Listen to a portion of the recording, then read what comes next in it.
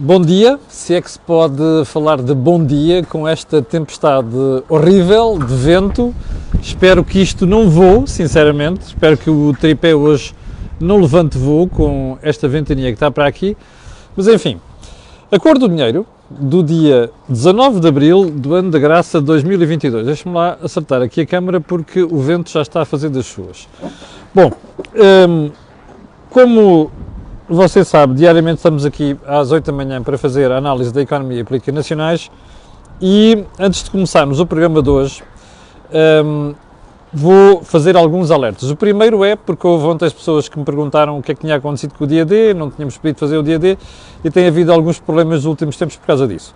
Bom, é assim, não foi possível fazer por problemas de agenda e aproveito para anunciar e dizer às pessoas que não vai haver dia D nos próximos tempos, pelo menos. E porquê?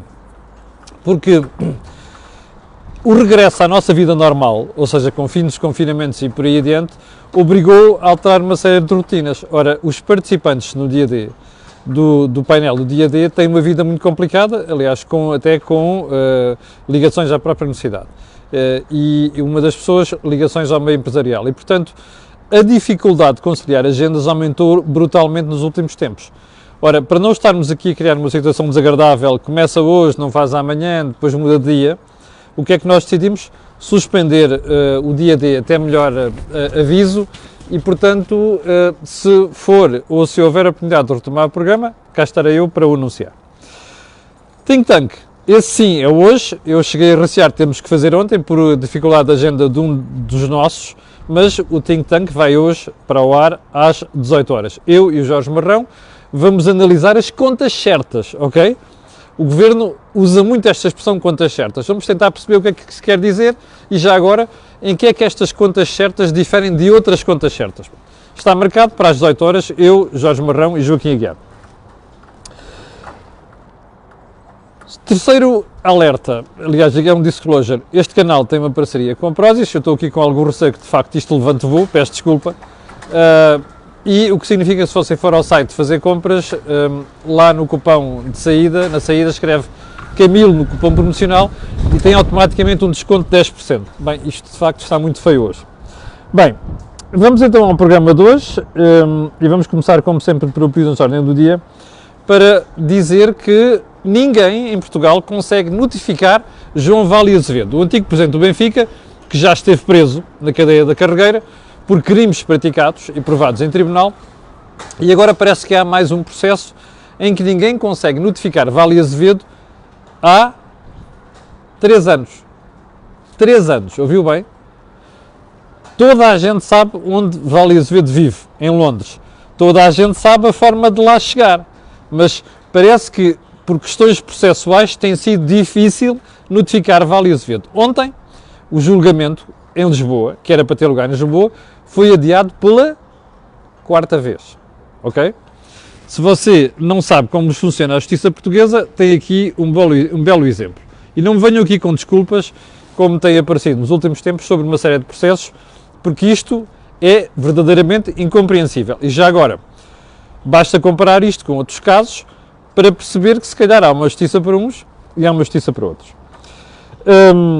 Ponto seguinte, o FMI, nós estamos naquela semana em que se reúnem o Banco Mundial e o Fundo Monetário Internacional em Washington. Houve alturas da minha vida profissional em que estive lá todos os anos, conheço aquilo muito bem, e o FMI está muito diferente. O FMI ontem, nas suas análises, veio dizer coisas, umas que são uma verdadeira estupidez e outras que são interessantes. O que é interessante, vamos começar pela mais importante, é interessante é que veio avisar que o excesso de dívida contraído durante a pandemia vai ter impacto agora no crescimento económico. Eu não tenho dúvida nenhuma quanto a isso. Vamos ver se nós conseguimos evitar uma crise financeira. A segunda ideia tirada daquelas reuniões foi o FMI vir dizer que as empresas que tiverem lucros extraordinários com a guerra merecem levar com o imposto extraordinário em cima. Parece que o FMI e o camarada António Costa Silva estão na mesma onda. O FMI está em mudança, mudou muito nos últimos anos. Não tenho certeza que tenha mudado para melhor, a avaliar por estas ideias peregrinas. Ponto seguinte, a deportação de migrantes para o Ruanda. Eu não sabia disto, não consigo a ver estar a parte de tudo. Houve um espectador que me chamou a atenção para isto e parece que é uma ideia do camarada Boris Johnson. Bom, eu estou aqui a rir, mas isto não tem piada nenhuma. Isto é uma verdadeira estupidez, não é? Não tem outra forma de designar isto. Esta manhã, um amigo meu, ao comentar isto, dizia que a oposição à Inglaterra terá criticado a ideia porque era muito cara.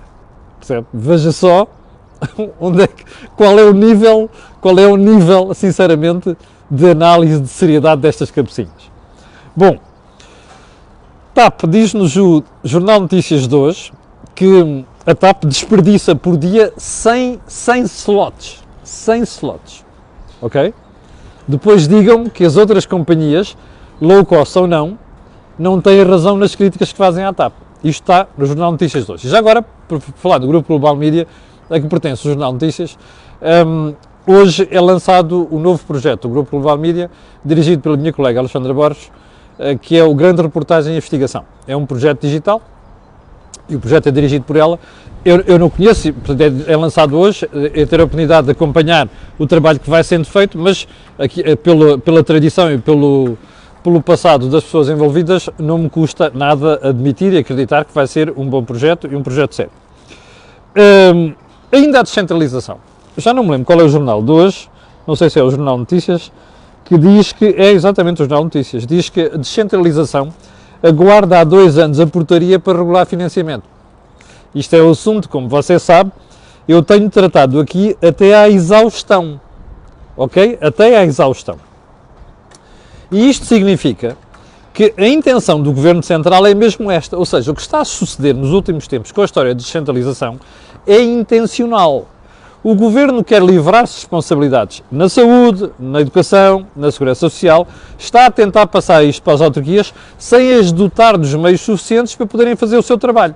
E isto é absolutamente intencional. Eu acho que as autarquias têm razão nas críticas que estão a fazer, acho é que não podem entrar em divisionismo, como na semana passada aqui reportei o caso das queixas da Câmara do Porto. Bom, vamos então à agenda principal de hoje, porque além da questão do FMI, tinha aqui mais uma nota que é a manchete do Público. Eu vou-lhe mostrar a manchete do Público, eu não li o trabalho ainda, prometo ler hoje.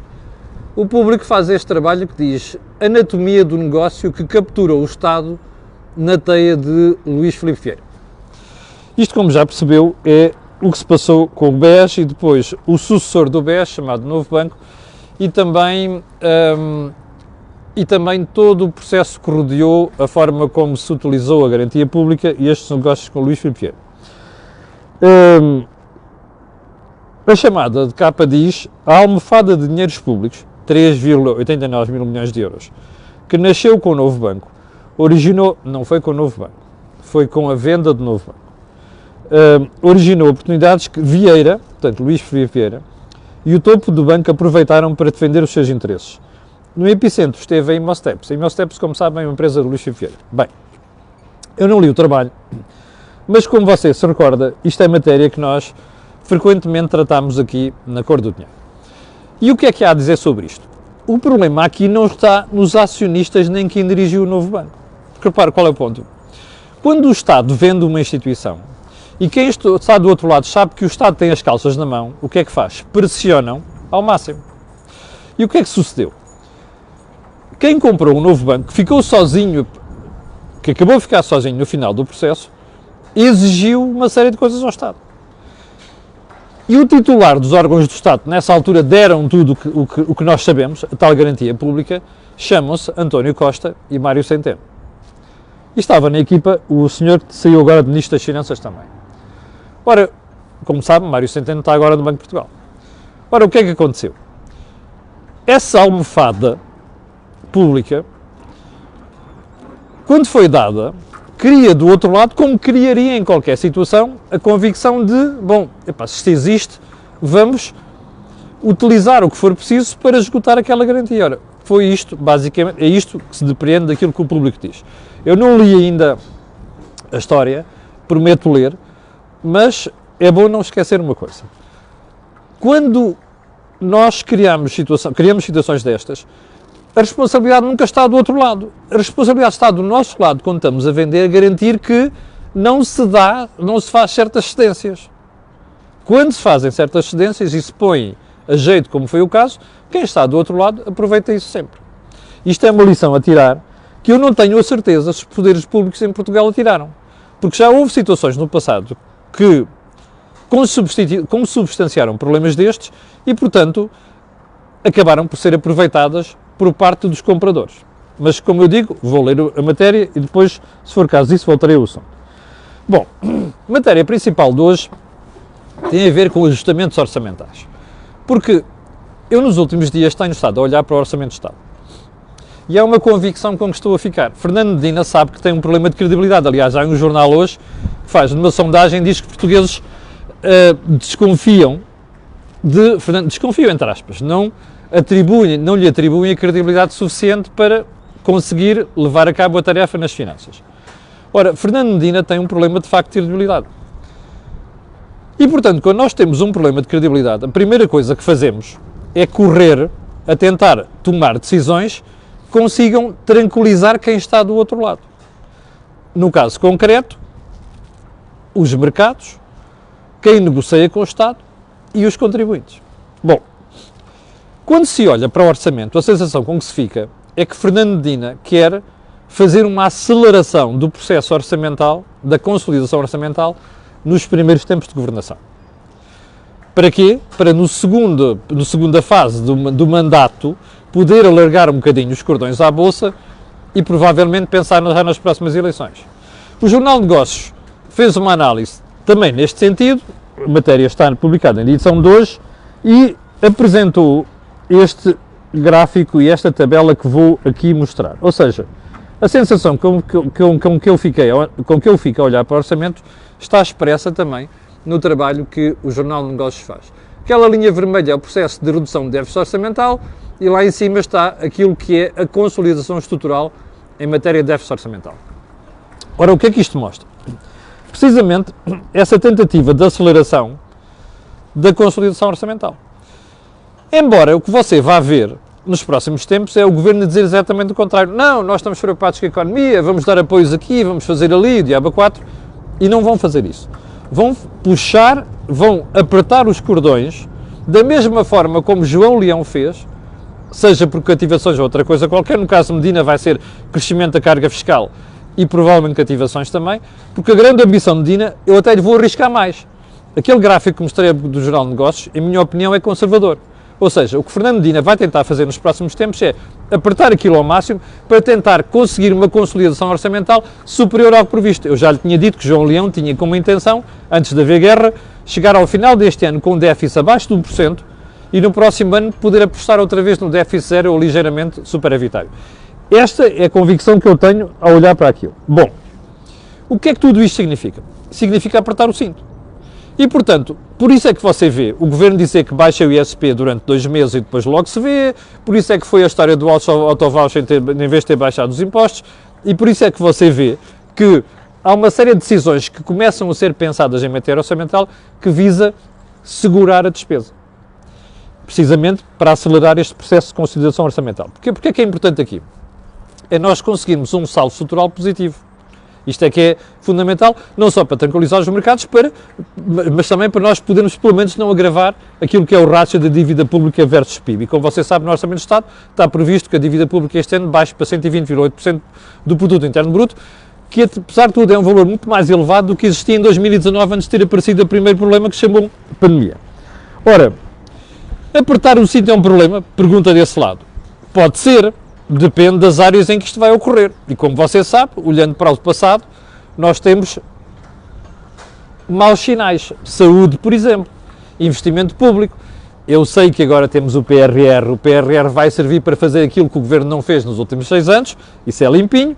Mas, apesar de tudo, isto pode acabar por causar problemas para a economia. Bem, de tal forma que quem olha para isto, nomeadamente economistas, eu ontem dei-lhe aqui um exemplo, Paulo Trigo Pereira, ontem conhecemos mais um exemplo, Ricardo Cabral, também professor de Economia, e hoje está na manchete do I uma declaração de Eugênio Rosa, como vocês sabem, é um economista próximo do Partido Comunista, que diz que a única preocupação do governo é reduzir o déficit e a dívida.